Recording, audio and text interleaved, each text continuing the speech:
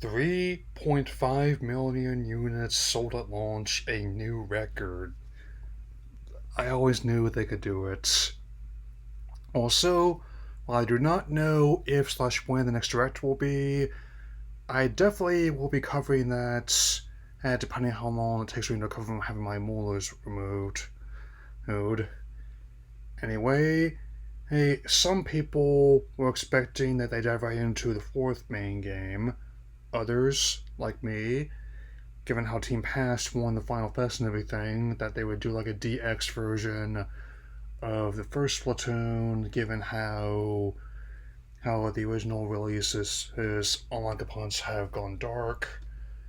However, in a typically Nintendo curveball, they just gave us a stealth drop a few days ago, with the first outing of the franchise on Switch 2 being a whole new experience, and Switch is currently in development. So, here's my reaction on the reveal for Splatoon Raiders, as well as more surrounding updates for the third game, even though the major updates it's wrapped last year. So let's begin. The game takes place in a new location as a spiral-like islands, and as a character known only as the mechanic, you are tasked with exploring the archipelago alongside a deep cut, which I actually really like the concept of, given how all of these characters are just as kind of unique. Being the human, being anthropomorphized as a shark, eel, and a ray as well. Well, I especially liking how a lot of the bits of stuff we're going to be exploring not only evoke memories of Waterworld, or I'll admit, like a lot of the set design was one of the parts that got me most about that film growing up, and also how that's going to be building on how the game franchise really three genres in one: a third-person shooter, a platformer, and also a puzzle. Well, I mean, one that while the house had to be solved before the development progressed each stage, especially in terms of jumping puzzles. I mean, sure, there's lots of trial and error involved, and I do emphasize the error in some of the later stages.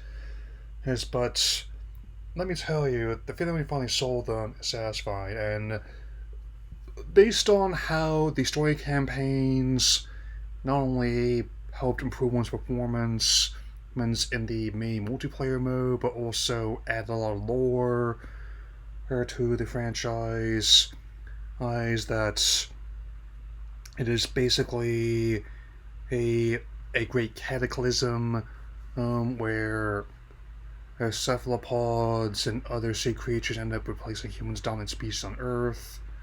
I mean, the idea of being brought on by changes is in the planet is really not much of a stretch anymore. But of course, that's not all they announced with this surprise stealth drop either. And this also goes hand in hand with the most recent update of Splatoon 3 version 10, which, on top of adding several new niceties for the Switch 2, in terms of performance and resolution, as a whole slew of 30 new weapons from both the Embers and Bar Sushi brands, and it's known as the Splatlands collection. And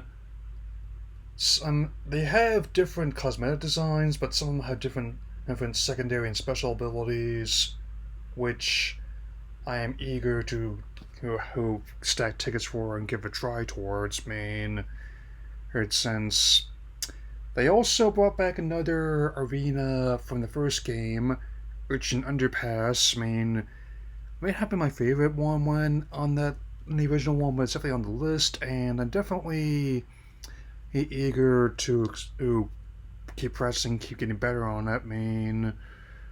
I don't really pay much mind to my recent at numbers, or isn't just focus on getting better in certain environments with different kinds of weapons. I mean, of course, I have my mains, but I also like to experiment every now and again. And I'm also really glad that it's another example where even if the major updates may have wrapped, and if it seems they are going to keep pushing a more minor updates, hey, it's for people who are still playing like I am, and especially in terms of things like weapons and cosmetics. I mean, there are some people who have done data mines about finding out a lot of stuff from previous games are still in this one's code, and whether or not that happens, we'll see. I personally don't expect to see Raiders release until next year, the earliest, and I definitely do not expect to see a full fourth game until 2027 at the earliest. I mean, being completely honest, I mean, since given how the second game was built on the platform for the first, which a lot of them save a lot of time. I'm between giving like a 2 year turnaround. There was also the 5 year difference between like the second and third game. So yeah, I would say a another 5 year here window would be a solid. And as I wrap this up, I also wish a belated happy 10th anniversary to Splatoon. I mean, I had a feeling there was going to be something announced more than just a few who who bits of art on the Nintendo Today app that I've been using. I mean, but something a bit more substantial. Thing. I was able to finish my script for Friday the 13th Part 4, and I definitely will have that out to you tomorrow. Just so you know, I'm not just going to be spending the whole day eating cheese and watching Adventure Time, which is also going to be true. I could definitely say that much. And I know I may not be going into Dragons. I would have to be talking about playing other stuff this weekend, and both classic and recent horror. I just had to wait and see, what it all is, though. Anyway, that's all for now, and I will say, catch you later.